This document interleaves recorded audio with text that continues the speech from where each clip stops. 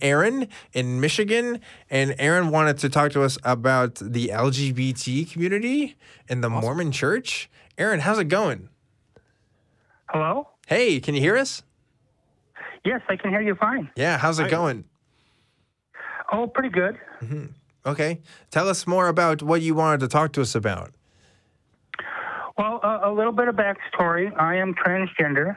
I also dabble a little bit in writing for the ACA, and I have a comic strip that they are gracious enough to publish. Excuse me. We've had a recent, I don't want to delve too much into politics because of the nature of the show, but we've had a recent sort of a little mini blue wave here in Michigan.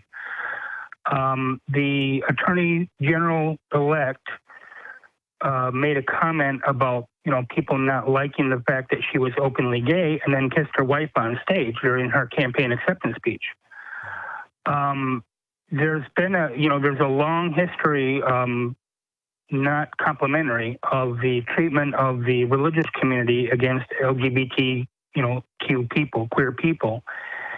And, it was in 1978, I think, that the Mormon Church reversed its position on black people being in the hierarchy of the church. And I just wondered what Bryce's viewpoint was and what his knowledge was about the treatment of queer people from the Mormon Church. We had they were heavily against the proposition in California for gay marriage. One of my favorite science fiction authors, Orson Scott Card, is a Mormon who's very much against the LGBT community, and I just wanted to know his viewpoint, from a historical context, because obviously knows far more about the Mormon Church than I do, even though I still get occasionally missionaries stepping at my door.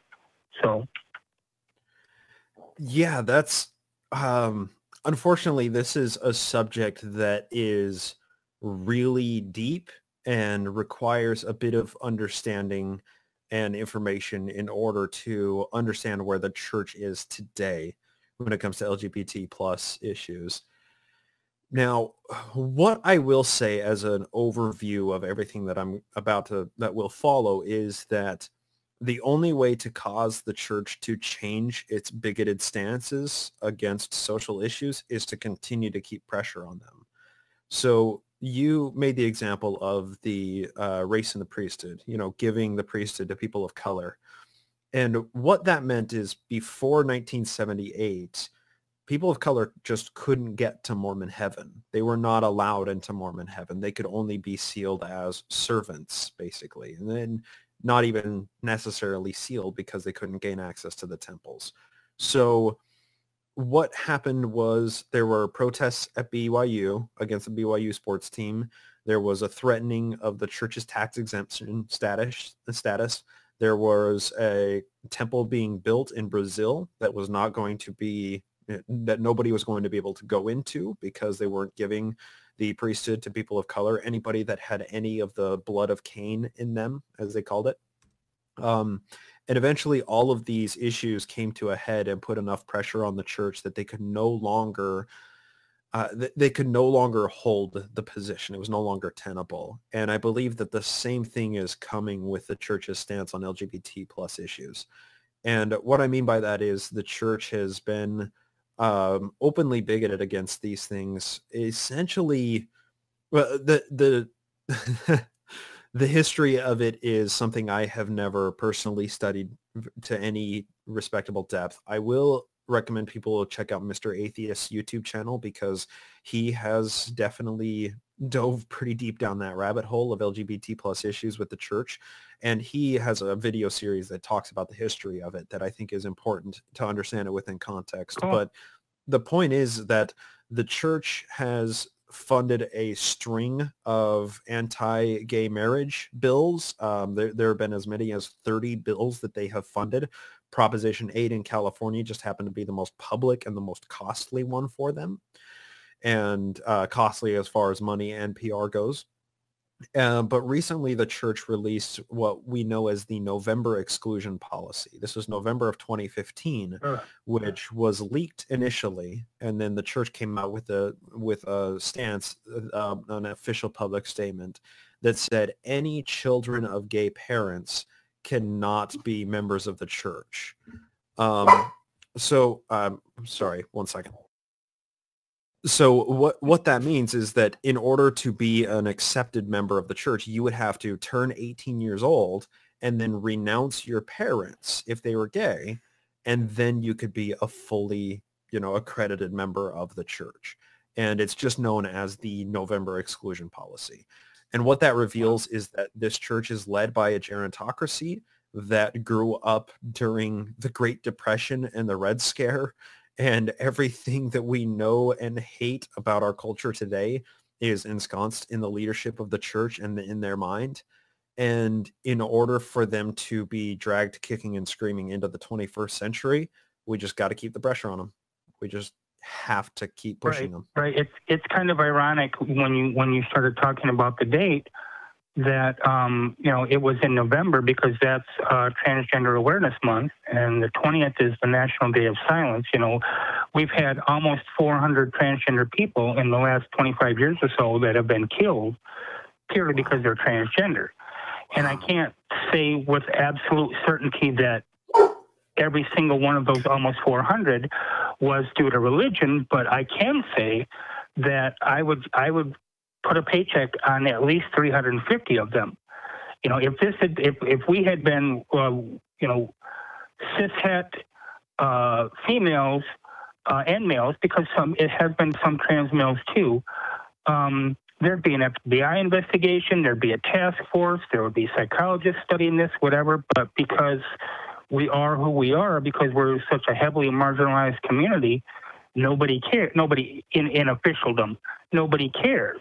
Or very few people care. I mean, that's changing in some respects, it's not enough. Like I said, almost 400 of us have been killed purely for being transgender. And that comes across in bathroom bills and anti-marriage laws and all these other statutes. And, I work for a company. I don't really want to name the name, but you could call it Big Blue Box Mart. And 3 years ago, they changed their insurance policy so that it specifically encouraged and paid for hormone replacement therapy. I guess you would say mental therapy, therapeutic sessions, and surgery for transgender people. And about a decade ago, I was working for a local hospital here. And Michigan is often called, derided accurately, as the south of the north. And when they found out that I was transgender, this is when I was just coming out to the public at large, they literally changed the insurance policy that next year to bar anything to do with transgender people. Because, I got a employee handbook every year, and the previous year had no mention of it. And the following year, it mentioned that, it wouldn't pay for surgery, it wouldn't pay for hormones or hormone replacement therapy, and it wouldn't pay for therapy. And I thought the third one was kind of ironic, considering that in order to know that the therapy regarded transgender issues, they would have to break HIPAA laws. They'd have to break federal law. But it was a job I had to do at the time. I had to feed myself and keep a roof over my head. And I had just come from being homeless in part because of issues like that. And so I had to do what I had to do to survive. And unfortunately, that's still the situation that we find a lot of transgender people in nowadays. You have Jazz Jennings and you have Laverne Cox and you have all these other people who are famous and who are, and I think that they're role models, and I think that they give the transgender community a lot of hope. But you also have people who don't look like Jazz, who don't look like Laverne, who get accosted every day, who get discriminated against on the basis of, there are transgender Christians. And yes. to me, that's kind of like Jews for Hitler, but they have their belief system, and when someone says, well, my God says X, Y, and Z, it stuns me that, this country, which is supposed to be founded on law and equality for everyone, has religion so ensconced in the fabric of our society that it's second nature. In the atheist community, yeah. Go ahead. Oh, I was going to say you're touching on something that hits really personal with something I experienced when I was in Christianity and in student ministry and stuff, of the treatment of LGBT peoples. And if I had a nickel for every single time I saw transphobic, homophobic remarks being made by the people I was working with, I'd be rich. I wouldn't do stuff like this. Because I'd be living off in a mansion. Probably not that extreme, but you get the idea. I honestly wish that religious individuals, Christian or otherwise, knew how much they contribute to the LGBT homelessness in this country. Because atheists are generally not kicking their kids out for being gay or for being trans. It's really just not a thing. And it frustrates me to no end to see that this is not a moral issue in the way that they frame it. This is a human issue that has come about strictly because of the discrimination faced by these folks in this country. And I'm a younger person, right? So, my voice isn't as loud on this because most people my age agree with me.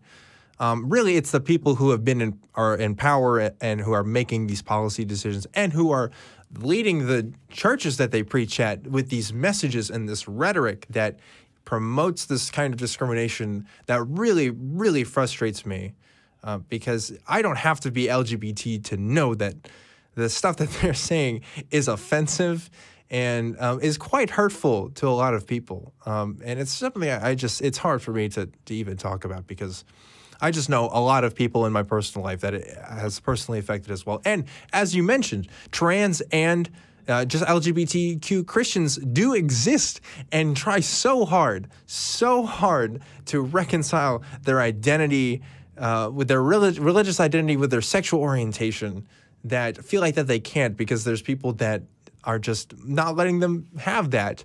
And God, they won't even let these people try. They just rather think that they don't exist or frame it in some sort of language they can understand. So, yeah, I get that. The suicide rate among trans youth is still high as hell. And there's a lot of times that I think, and it's purely anecdotal, I can't, I don't have the data, at least in front of me, to back it up. But there's a lot of times I think that young people who have committed suicide that, some their family members or whatever claim, oh, we don't know why they did it. They do know why they did it. They want to hush it up.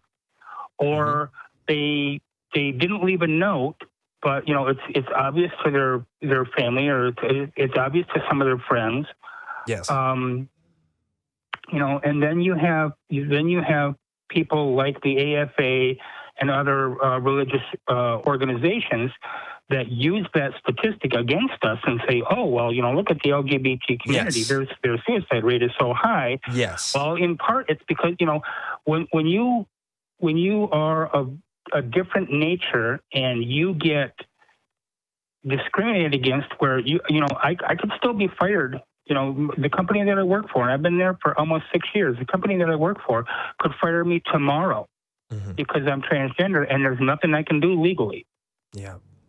Well, Aaron, let me add in something else about Mormonism that really exhibits why this is such an issue within Mormonism and within many different faith traditions. Mormonism has something that they call worthiness interviews. And what those are, every local congregation is led by a bishop or a branch president. And that bishop has what Mormons call the power of discernment to know whether or not you're lying. He has a power from God to discern whether or not a person is telling the truth in front of them. And for every every person growing up in the church, you have regular milestones throughout your youth and teenage years where you meet with the bishop, and you have to make sure that you are living a righteous life and that you are indeed worthy and not deserving of punishment of some kind in, because of the way that you're living. And what that means is you go to your bishop and you confess everything that you do. And these are regular intervals. You get them when you're 8 years old, when you are about to get baptized. You get them at 12 years old, and every 2 years after that at least. And what ends up happening is, because anything that is not seen as, or that is not cis hetero, is seen as sexual deviancy. And anyone who is seen as a sexual deviant, read a member of the, somebody who's LGBTQ plus, then they usually have more regular intervals for their worthiness interviews, where instead of every 2 years, they might meet every year or every 6 months or every 3 months if they're really, quote unquote, struggling with their unnatural attractions. So what that creates is an entire culture where people who are LGBTQ plus are deathly afraid of going to talk to their bishop, because they know that punishment awaits if they are honest about the way that they feel about their own biology. If they confess their sins, then the bishop tells their parents, then everybody in the ward knows, and then they can't take the sacrament anymore, or they are disfellowshipped, or they're excommunicated, and they have to go through the missionary lessons and get rebaptized into the church again and start over at square one. So for all of those reasons, within Mormonism, they also have an extremely high LGBT plus teen suicide rate, because it's an extremely oppressive and pernicious system that is specifically created to squash out those same-sex attractions, as they call them. They talk about it like a sickness. They say somebody has same-sex attraction instead of somebody is gay. They have a bunch of code words for all of the terms, and it's very disgusting. You're bringing me back, Bryce. You're bringing me back to my days in ministry, where this was the language we were encouraged to use to talk about these issues. They never talk about it directly, usually. They usually just let the language come first, and then you're kind of just supposed to adopt that, Yeah. And you get to view the world through the framework that they provide you. Yep. Yes. And exactly, Dan. And when you were talking about your experience, when Bryce also said that, it reminded me, I grew up, Janet and I have talked about this many times. I grew up for the first 35, I'm almost 60. For the first 35 years of my life, I was a fundamentalist Pentecostal Assembly of God Christian, speaking in tongues, laying on hands, anointing with oil, passing out Jack Chick tracts. We literally had bonfires on Sundays where we would burn rock records. We had Bible study Wednesday, Friday, and then Sunday night after church on Sunday morning. And so I graduated in 78. So there was no way, I knew that I was different when I was about 7. And there was no way that I could come out with any sort of, not even talking acceptance, safety in that community. I mean, I've literally been beaten and left bloody on the side of the road for dead because of who I am. And,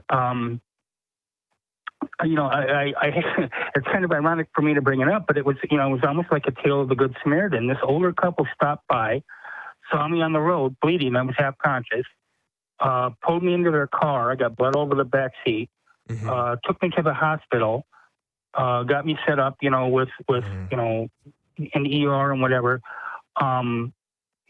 Stayed long enough, to make sure I was okay. But by that time I was starting to come around and whatever, stayed to make sure, very rural area, stayed to make sure that I was okay and whatever. To this day, I still don't know who they are. I don't know what their name is. Many cars just drove by. They didn't want to stop. They didn't want to do anything. And that especially during that time frame was not an uncommon occurrence. Yeah. I cannot imagine what it was like to live in 1978 and being a trans person, and it's unreal. It's unreal. And the fact that we're even able to have conversations like this, I think, is a sign of progress. But I agree. I agree. I've had multiple suicide attempts from the resulting depression. I have. I was married twice. I went into military service to try to prove myself a man, which obviously I failed miserably. I was married twice. I've got 2 biological children, and that oppression and suppression is so deep, and the Stockholm syndrome, which is basically to some extent what I suffered, was so deep, and I hid myself for so long and hated myself for so long that, to this day, I've been out for quite a while now, quite a few years now, and to this day, when I look in the mirror, there's a lot of times I still hate what I look like. I still hate who I am. Yeah. And that's something that I don't know if that's ever going to go away. Aaron, I just give me just a second, because I want to take a second to tell you the way that I'm seeing this right now. And what I will say is that so often I make the argument that people who come out of the church for whatever reason, they're often branded like they had a bad experience, that's why they leave. But what is really the case at issue is that people who leave the church often leave because they are mad at the system as it's constructed, because the system has oppressing them because they've had thoughts that do not conform, because they do not fit a specific gender or social or sexual role that they have been taught their entire lives that they need to fill. Oppressed somehow. And we need to take a second to step back and understand that it's the system, the way it's constructed, that causes this pain. Yes. That caused you, Aaron, to go through what you went through. And unfortunately, it feels so good to say that person with that face over there hurt me, therefore I blame them. It's very cathartic for human beings to blame somebody else. But unfortunately, there's no single person who is at fault for what you and for what millions of LGBT plus people experience every single day. There is no single person at fault. It's not even the president of our country that's at fault, as much as we want to blame somebody like that. Yes. It is the entire system that is completely broken, that requires a massive overhaul, a massive repair. So on behalf of the entire system, if I can say that, Aaron, please understand that we are so sorry that you went through what you've gone through. That, like Dan and I, we can never understand that. And I want to sincerely thank you, Aaron, for being open and for sharing this and for showing all of us that bigotry has real world impacts and that people are hurt every single day by others and by themselves because of the way that our culture views sexuality and LGBT plus issues. So Aaron, just thank you for being open and for sharing so much. And I hope that now you're in a place where you have a community that you can talk to, where you have people that will listen to you, people that will feel your pain, and people that will resonate with what you say and can sympathize and empathize with you and say the right things when you need to hear them. Yes, thank you so much for your call, Aaron. We really appreciate it. Well, thank you. Just one last real quick thing. I do have a physical community. A lot of my family is very supportive now. And, I have some friends at work, and then I also have people online like John, I don't know how to pronounce his last name, Coletti, whatever, from the ACA, Janet especially, who get me. And it's important that with people like that, when they publicly support you, not just privately, but when they publicly support you, it makes a world of difference, let me tell you. Yes. Yeah, for sure. That's awesome. That's really great. Well, thank you so much again, Aaron. I hope to hear from you again soon. And thank you so much again just for sharing all of that. And I know that it doesn't. It only gets better when people like you share your stories and are really honest and brave about what you've gone through. So you're doing a real service by talking about this. So thank you again. Well, thank you. I love the ACA. I love the show, and keep up the good work. Thanks.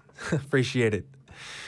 Let me tell you something real quick, Bryce. And this is something I've always thought about.